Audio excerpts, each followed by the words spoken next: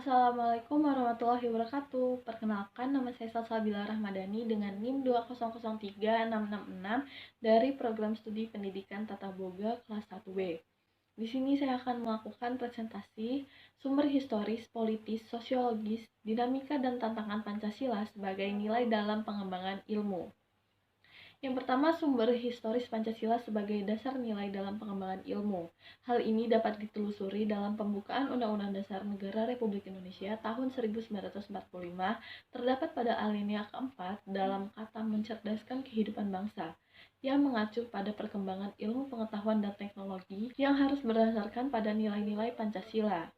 Yang selanjutnya yaitu sumber politis Pancasila sebagai dasar nilai dalam pengembangan ilmu, dapat dirunut dalam berbagai kebijakan yang dilakukan oleh penyelenggara negara. Pada masa Orde Lama, belum secara eksplisit dikemukakan, tetapi dikaitkan dengan dimensi kemanusiaan dan hubungan antara ilmu dan amal.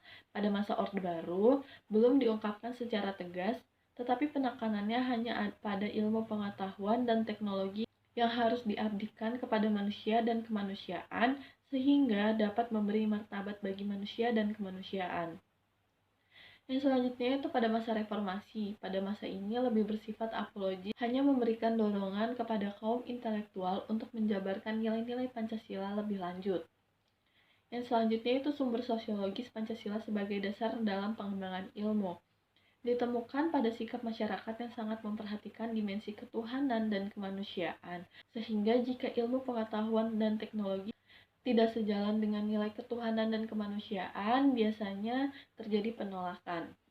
Yang selanjutnya itu dinamika Pancasila sebagai dasar nilai dalam pengembangan ilmu.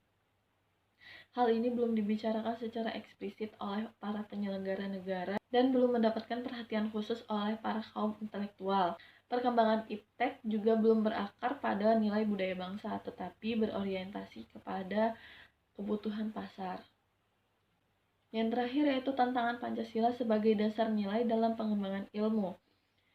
Kapitalisme yang menguasai dunia, akibatnya ruang bagi penerapan nilai-nilai Pancasila sebagai nilai pengembangan ilmu menjadi terbatas. Yang kedua, globalisasi yang menyebabkan lemahnya daya saing bangsa Indonesia dalam iptek, sehingga Indonesia lebih berkedudukan kepada konsumen daripada produsen. Yang ketiga, konsumerisme. Konsumerisme menyebabkan negara Indonesia menjadi pasar produk teknologi negara lain yang lebih maju ipteknya. Yang keempat dan yang terakhir, pragmatisme yang berorientasi pada 3 ciri, yaitu kemampuan, kerja, kepuasan, dan hasilnya mewarnai perilaku kehidupan sebagian besar masyarakat Indonesia.